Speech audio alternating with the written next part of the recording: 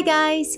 Today's video is going to be a book haul. I'm super excited because I haven't done one in like a bunch of months. I think it's like 8 months or something. So I've acquired quite a few books. I cannot wait to show you guys. It's quite a selection of books in a bunch of different genres. And also stay tuned till the end of the video because I have a cheeky little Wheel of TBR because I cannot choose a book to read for myself. I'm in a reading slump and I have too many options, too many choices, and I cannot deal with that. So I'll let the wheel spin and I'll see what I get. So let's get into the video. Also, disclaimer, my bookshelf is going to look a bit dingy because I'm going to take the books out, so bear with me. So, because I'm me, and if you've been on my channel, you probably know what my favorite genre is. I'll be starting with fantasy and science fiction. So the first book that I got is The Stand by Stephen King. And it's a heavy book to keep one-handed, but it's an incredible edition. I absolutely loved it. I got it in Romanian because of the edition, because I don't think it's in English. It looks incredibly beautiful. And actually, I have started reading this book. I read like 20 or 30 pages of it and I stopped because I know it's a very bleak story. I know it's about some sort of virus and post-apocalyptic world, and I just don't have the mental fortitude to get through such a chunky book that is so bleak, and I just couldn't deal with it. But I really liked it. Like the 30 pages that I've read of this like 800-page book were exquisite.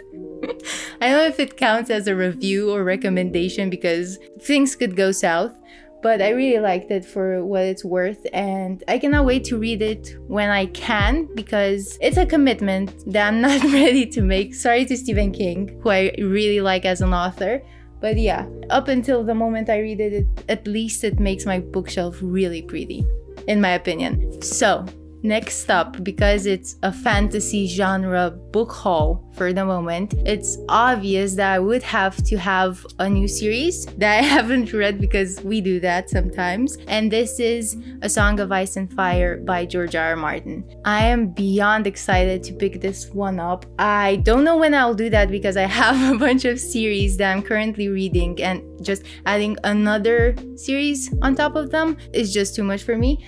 But I know that I really like the way George R.R. Martin writes because I love Fever Dream. I know it's an absolutely astounding series. People have been raving about it, and for a good reason, because it does seem like it's one of the best out there.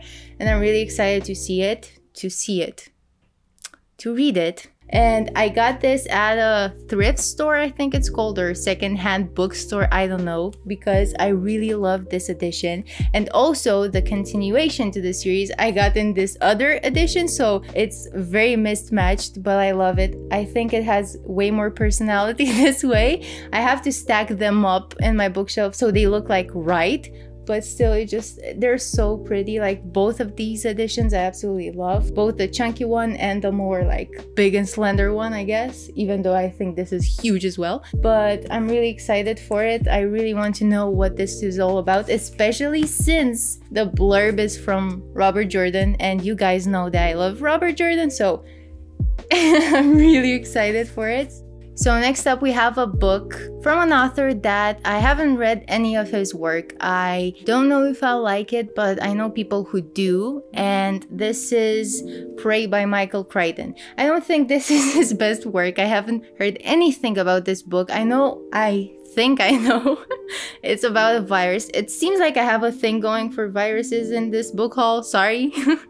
I'm really sorry. I really want to read this book of his. I really want to read Jurassic Park as well, obviously.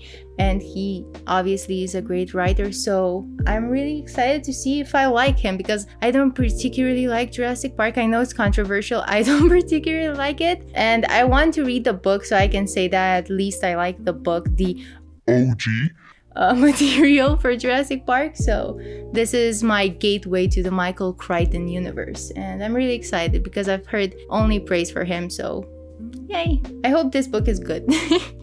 I don't know if I should start with this or maybe something else, but I found it and it looks enticing.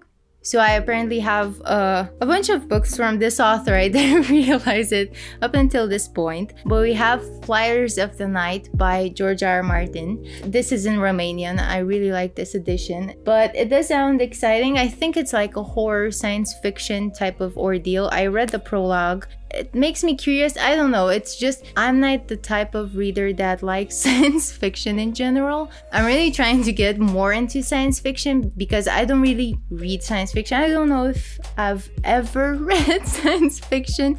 Maybe like Dune, if it counts. I think it counts. But I'm really trying to get into it. I am struggling to because I don't really like it in books. I like it in movies. But yeah, this is my attempt at trying to read science fiction because I know there's amazing books that are in this genre, so it feels very dumb of me not to try to explore it more and just stick with fantasy, you know? This is my way of delving into it. Will I read it? No! I'm not sure.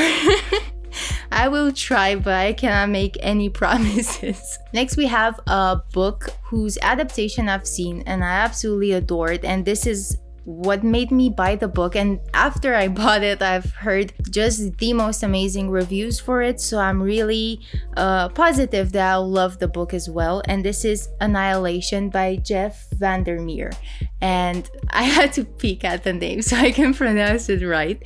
But I really enjoyed the movie and I found the concept behind it all so incredibly fascinating, and I cannot wait to see how this book will make me feel because the movie is a roller coaster of emotions. And if I like the book, I will probably go on with the series because this is part of a trilogy called The Southern Reach. So I really want to find out more about this universe. I want to explore more, and I really love again, it's a virus. I really love the virus in the story. It's so unique and creative, and it looks pretty as well. So that's a plus for a deadly virus. And yeah, I really want to see this and see how it goes because it's a trilogy and I feel bad not finishing series. So I feel obligated to. Even though it might take me a while, I probably will read it. Next up, we have yet another book by George R. R. Martin. Apparently, I'm his biggest fan. And this is called Down These Strange Streets. I cannot remember the name for this book, for the love of God, but I got it in Romanian, so this is where my confusion is at. And this is not actually written by George R. R. Martin. It's a collection of short stories by a bunch of authors. And the reason why I got this is I always find that reading a short story from a bunch of different authors whose work you haven't read is the best way to explore that author's prose and way of writing and see if actually you want to read something more chunky from them. And I have a bunch of authors that I'm really interested in this novel, so I'm really curious to see if I'll actually like them so I can pick up their work. And it seems like a very interesting collection of stories. From what I've heard, it's more science fiction-ish, so again, trying to win points in the science fiction genre because it's hard for me. So yeah, not much to say about it, just a way of exploring new authors in a more easy way rather than just jumping into their like 12 book series, you know? That's kind of what I do. Next up, we have again a book from an author I haven't read, and this is Ninth House by Leigh Bardugo. I'm speaking Romanian apparently.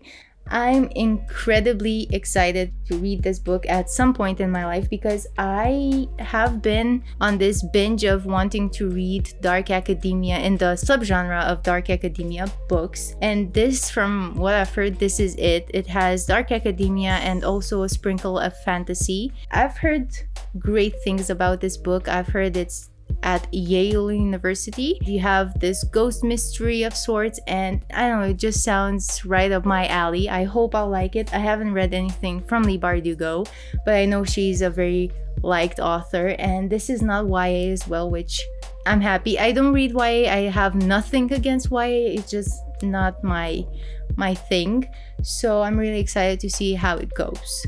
Next up, talking about YA, I found this again at the thrift store. So these are in immaculate condition.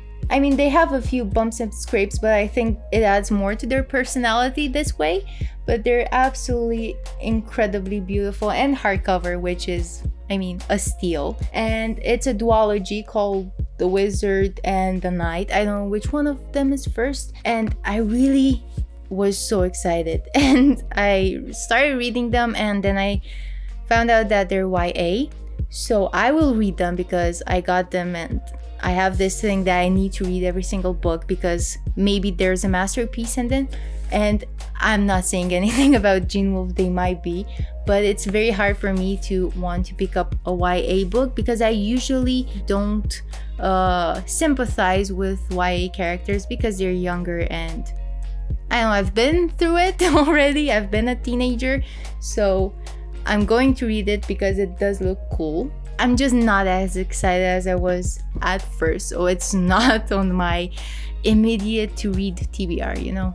And now for the end of this part of fantasy and science fiction, we have two classics, and that is Solaris, I'm not saying it with an American accent, Solaris, and by Stanislav Lem.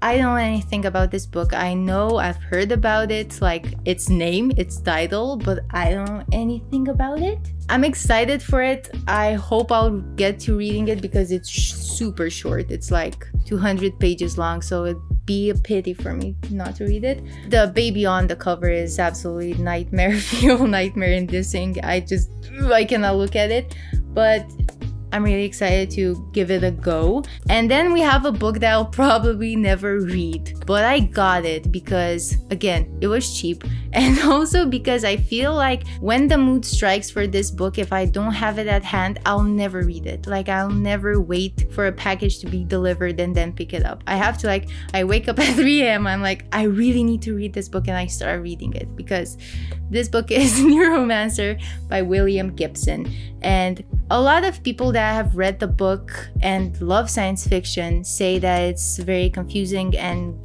hard to get into. And I like to consider myself smart, but I don't think I stand a chance, especially since I don't read science fiction. So this is going to be a book that hopefully at some point I will pick up, but it looks incredibly cool. I really like this this old look to science fiction books. They have one of the most, like, old science fiction covers are absolutely beautiful, and I'm so happy to get these two. But yeah, hopefully I'll read them. Hopefully you'll see in like 10 years time a reading vlog from me reading these books because So for the next segment in this video, I have historical fiction books, and I'm pretty excited for them. I don't know much about them, so spoiler warning beforehand, but I got two books by Connie Gulden. First is Wolf of the Plains. First off, I really like the cover. I really like how big the book is. It feels like very daunting to read, but I'm really excited for it. I really don't know what it is about. It's a historical fiction book, so it happens on the Mongolian plains, and it does seem very interesting. I don't really like to know more. I really don't know anything about the book, but I know it's a great book. I know he is a very beloved author in the historical fiction genre, and I'm really excited because I figured out finally that I really like historical fiction. My favorite books are in that genre, and I really want to explore more because I feel like I do read a lot of science fiction. I don't actually. I do feel like I read a lot of fantasy books, and I really want to give myself a chance and start reading more historical fiction, and it seems like he is the author to go with. And from him, I have another book that is part of a series, and that is The Emperor of the Gates of Rome. I'm really excited for it. It happens in Rome, obviously, duh, but I don't know much about it. I'm very curious to find out more. I hope I like it. I hope I don't stumble into a bunch of historical fiction books that I hate and they'll make me not want to pick up another for a bunch of weeks or months or years. But yeah, I'm really excited for these two. Then I got this book in Romanian because it's so damn hard to find this book here. And that is Gates of Fire by Steven Pressfield. And if you have watched my last videos, you'll know that this book is my all-time favorite book that I've ever read. And it's just such a riveting story. The characters are incredibly fleshed out, and it's such a page turner. You cannot stop reading it. It's incredibly addictive. I cannot recommend this book enough. I got it in Romanian because it's very hard to find an English edition here, but I just hope more people pick it up because it's such a great read. And also it's short, like 400 pages long. For people that read fantasy, 400 pages long is very easy to get through. But yeah, it's a very weird cover. It's a shirtless guy screaming and his head is on fire. This doesn't happen in the book. If you were expecting it to happen, I'm sorry to disappoint you. This looks more like 300 rather than the actual thing. But if they fumbled the bag here. The last book that I have in the historical fiction genre is Mutiny on the Bounty by Sir John Barrow. Again, Romanian edition. This book seems very intriguing to me because it happens on a boat. It's a historical fiction. It should have a small number of characters. They're all just things that I do really love.